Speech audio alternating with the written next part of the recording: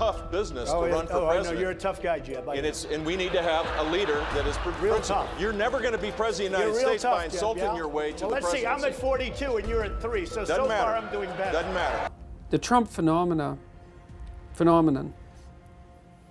probably worries me less than people think it should. But there are reasons for that. The first reason is that I don't really think that the American people are more polarized now than they were 10 years ago.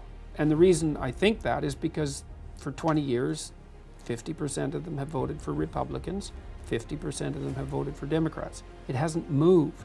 It's been exactly the same. Now this time they had Clinton and Trump as candidates, and perhaps that was unfortunate. And I also don't think Trump won the election. I think Clinton lost the election. It was hers. She had it in the bag.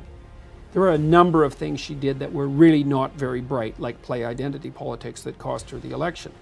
I don't think that the Americans are any more polarized than they were under Nixon. And then that was pretty polarized. Like, there was violence on the campuses. There was more violence in that period of time than there is now, and more polarization. Of course, the war in Vietnam was still going on.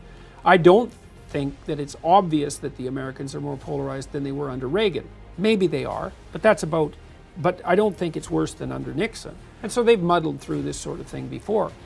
Trump is an anomaly, in my estimation. He isn't a typical Republican. He's quite bombastic and assertive. He's not a typical conservative. In fact, he wasn't a conservative, I don't think, at all. He's a registered Democrat. Well, yeah, and he's got an entrepreneurial bent as well. And entrepreneurial types tend to be liberal. Well, that's where he sold himself, I suppose, as president. Well, he is an entrepreneur. He's an author. He had a successful TV show. He's had his real estate dealings, and you can quibble about how successful he was at some of those things. He was certainly successful on TV, and so he's got an entrepreneurial temperament. So he's a strange person. He's an idiosyncratic person. And the one thing I would say in his favor, as far as I'm concerned so far, is that he has not embroiled the U.S. in an additional stupid war. And that's happened a lot in the last 15 years, and the fact that that hasn't happened so far, I'm quite happy about. So he's noisy, he's provocative, that's for sure. He seems impulsive, although it's hard to tell how much of that is crafted, He's definitely disagreeable, which is quite interesting, and that comes out in his Twitter behavior and so forth, and in the way that he handles his political allies, for that matter. He's certainly not currying favor, and you can make the case that he's a divisive figure, and perhaps that's the case. But at least on a global scale, from the outside looking in. You're traveling through America. I'm not. America's very more upset than I've seen it. People are more upset in the United States than I've seen. Certainly, I lived there for 6 years in the 90s. And people are more upset now than they were then. The tension is palpable. But I'm not convinced that reflects a genuine polarization on the part of the populace itself. There's lots of factors at play.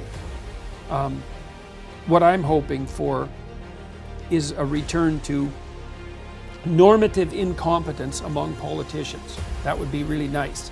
Moderate left, moderate right, reasonable discussion, certain underlay of ineradicable corruption, small-scale corruption that you always see in political systems, but none of this ideological excess. That would be lovely. Reasonable discussion, I think, is the... Well, reasonable stupidity. You mentioned earlier, that Chris Rock's proposition that we're all fools. It's like, true enough, and that's basically what we can expect from our politicians as well, but there's a kind of normative foolishness that would be a real relief in my estimation.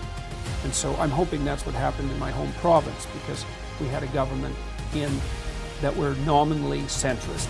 They were the Liberal Party, which is the centrist party in Canada, but they were really quite radical leftists, and didn't really give a damn about the fact that the party they had taken over was traditionally Canada's centrist party. And they were pushing ideological nonsense, and they got absolutely thrashed in the last election, virtually lost official party status from a majority. And now we have a center-right premier who I'm hoping will be normally incompetent for the next 4 years. That would be just exactly what we need. So I'm not too worried about the situation in the United States. I think the Americans have been through far worse than what they're going through now. The economy's in reasonable shape, although people argue about how sustainable that is. I think what's happening in North Korea is extremely interesting. I mean, I'm not optimistic about it because anybody with any sense would never be optimistic about North Korea, but it could be worse. And I mean, how do you judge the success of an American president? Not engaging in a stupid war is a nice start.